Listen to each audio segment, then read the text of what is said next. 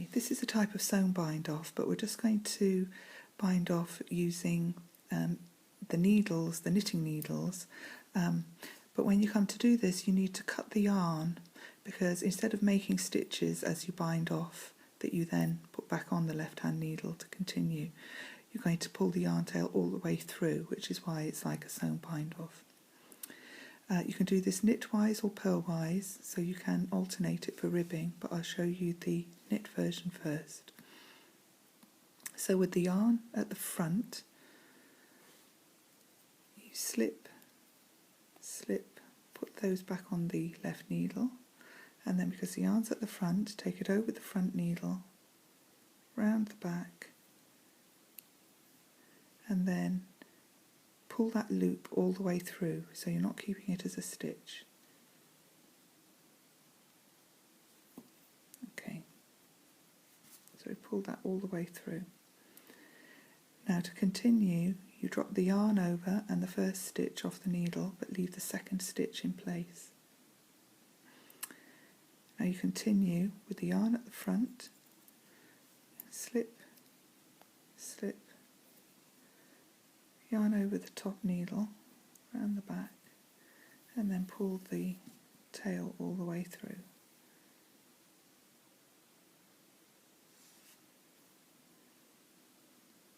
Leave the second stitch on the needle, drop the other two, continue. It's that simple. Drop the yarn over and the first stitch.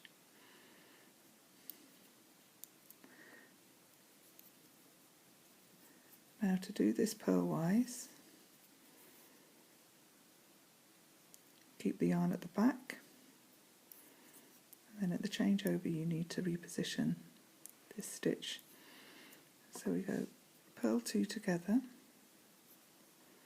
yarn's at the back, so you need to bring it round the back of the back needle and then over the front needle, pull the loop through, and again just pull that all the way through. And again you're just keeping the second stitch on the needle but dropping the yarn over and the first stitch.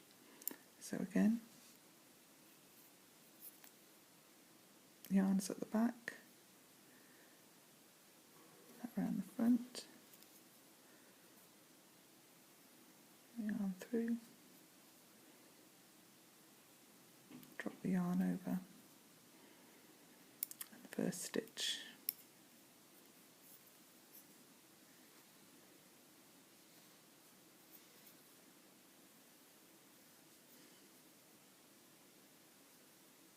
And that's it. So this is what it looks like on a garter stitch sample. See, it's kind of like a nice rope type edge, similar to a cable cast on, but not as heavy, and it sits right on the very edge. So it has that same crossover on the top that you get here on the long tail, although it's not really an exact match for a long tail cast on.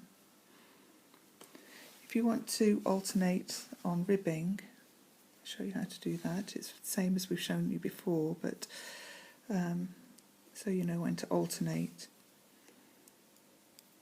If the next stitch in your ribbing is a knit stitch, with the yarn at the front, you go to slip, slip, yarn over the top, round the back, pull that tail all the way through,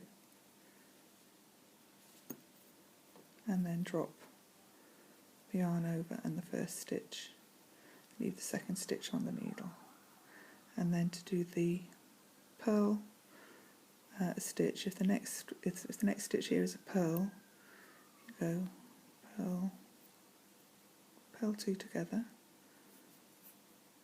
bring the yarn around the back and over the top of the front needle, and then pull that through, and then pull the loop all the way through until you've brought the yarn tail all the way through as well.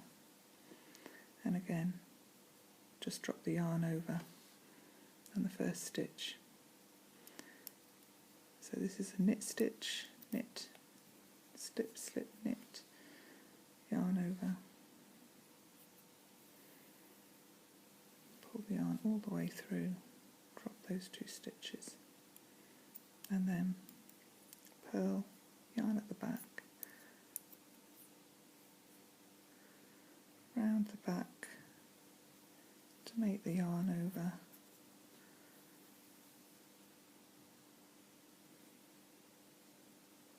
pull that through, and then drop the yarn over and the first stitch, and then you just continue alternating the knits and the purls.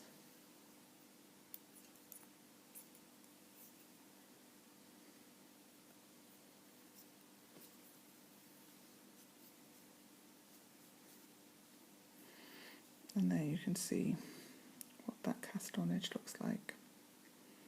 The tension's gone a bit wonky here for the demonstration, but this is what it looks like. And it can be quite stretchy if you leave it loose.